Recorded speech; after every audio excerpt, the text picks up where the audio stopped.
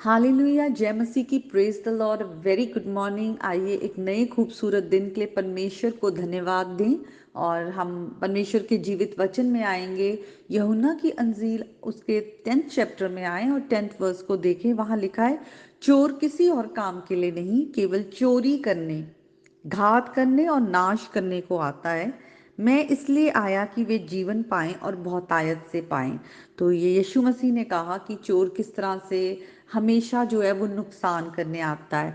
हम देखते हैं किस तरह से अदन के बाग में भी वो चोर आया और किस तरह से आदम और हवा को वो उनके जीवन में उनका जो खुदा के साथ रिश्ता था उस पे घात लगाने और उनको नाश करने के लिए आया, और कोई उसका और कोई पर्पस नहीं था। लेकिन प्रभु यीशु मसीह ने आकर हमें फिर से रिस्टोर किया। जो हमारा रिश्ता हमारे पाप की वजह से, जो हमारे पहले माँ बाप ने पाप किया और पाप के कारण परमेश्वर से दूरी हुई, और उनकी जितनी भी आगे संतान पैदा हुई और हम भी हुए और हमारी आगे संतान होती है, हम सब पाप में जन्म लेते हैं। लेकिन जो पाप है वो हमें क्या करता है? वो हमें हमेशा के लिए हमें नाश करता है। पाप की मजदूरी मृत्यु है। पाप हमें हमेशा के लिए परमेश्वर से दूर कर देता है। लेकिन परमेश्वर हमसे इतना प्रेम करता है, परमेश्वर जानता है कि हम इस पाप की वजह से इस संसार में भी परमेश्वर से दूर ही रहेंगे। हम पाप में ही अपने जीवन को बिता के परमेश्वर से अपना रिश्ता खराब करेंगे और दूर रहेंगे। बल्कि इस जीवन को छोड़ने के बाद भी, क्योंकि पाप की मजदूरी मृत्यु है, हम इस शरीर में मरते हैं और फिर एक और दूसरी मृत्यु मरेंगे जो हमेशा की दूरी होगी, इटर्नल डेथ। हमेशा के लिए परमेश्वर से दूर होकर हम नरक की आग में हम जाएंगे। तो परमेश्वर ने उस दूरी को दूर करने के लिए अपने पुत्र को हमारे बीच में भेजा। प्रभु यीशु मसीह जो खुद परमेश्वर है, खुदा है, वो इंसान रूप लेकर इस पृथ्वी पर आए। उन्होंने हमारे लिए जो धार्मिकता हम पूरी नहीं कर पाते, हम कभी भी नहीं कर पाते, आज भी आप देख लीजिए, अगर आप परमेश्वर से अपने आप को दूर रखते हैं, वचन नहीं पढ़ते, प्रार्थना में नहीं रहते हैं, फास्टिंग में नहीं रहते हैं, फेलोशिप नहीं करते हैं, स्तुति नहीं करते हैं, तो किस तरह से धीरे धीरे धीरे धीरे आप परमेश्वर से दूर होते जाते हैं। इसीलिए वचन हमें कहता है किस तरह हमें प्रभु में बने रहना, तभी हम फल लाएंगे। आप परमेश्वर से एक दिन आप संगति ना करें, देखना आप अपने जीवन में कितनी फ्रस्ट्रेशन महसूस करेंगे, चिड़चिड़ापन आएगा, गुस्सा आएगा, रिश्ते खराब होंगे।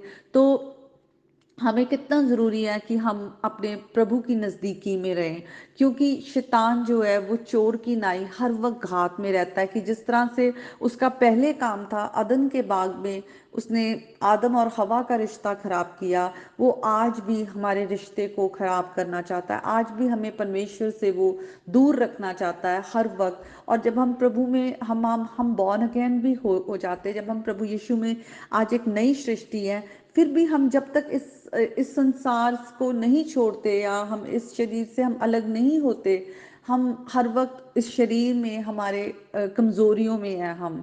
लेकिन हमारी कमजोरियों में सामर्थ परमेश्वर प्रकट करते हैं। तो अगर हम प्रभु से दूरी रखेंगे तो दुष्ट हमेशा हमारे कानों में वो कुछ ना कुछ बोलता रहता है, और आज भी उसका एक ही मकसद है कि वो हमें डिस्ट्रैक्ट करे, पाप की ओर गिराए, वो हमें प्रभु से दूर करे। वो कभी भी चुप नहीं बैठा है, क्योंकि वो चोर है। वो सिर्फ चोरी करता है, घात लगाता है, और हमें चाहता है हम हमेशा के लिए दूर होकर नाश हो जाएं परमेश्वर से।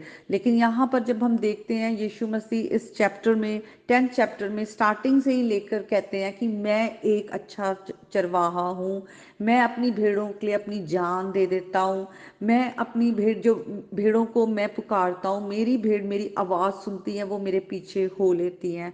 आज हमें कितना ज़रूरी है, हम सब परमेश्वर की स्वरूप और उसकी समानता में बनाए गए हैं। We belong to our creator God, हम उसके हैं। तो हमें ज़रूरी है कि हम अपने मालिक की, अपने चरवाहे की आवाज़ को सुने, उसके पीछे हो ले।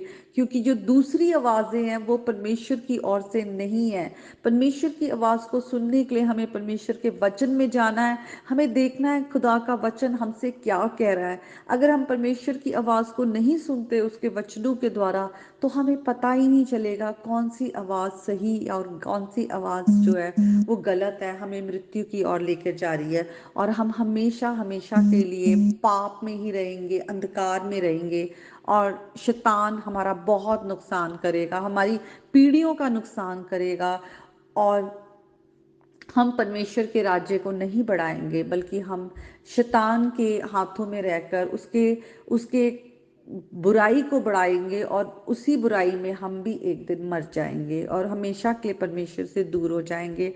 आज समय रहते हुए हम अपना समय खराब ना करें, हम वचन में जाएँ, जो खुदा का वचन हमें कहता है, हम वो करें, अपने प्रभु की आवाज़ सुनें, हम उसी में आराम पाएँगे, वही सच्ची शांति है, आनंद है और हम उसी में होकर जो है हम हमेशा का जीवन पाते हैं। तो आज के वचन के द्वारा प्रभु आप सबको बहुत आशीष दे। हम एक गीत को गाएंगे, यहोवा चरवाहा मेरा।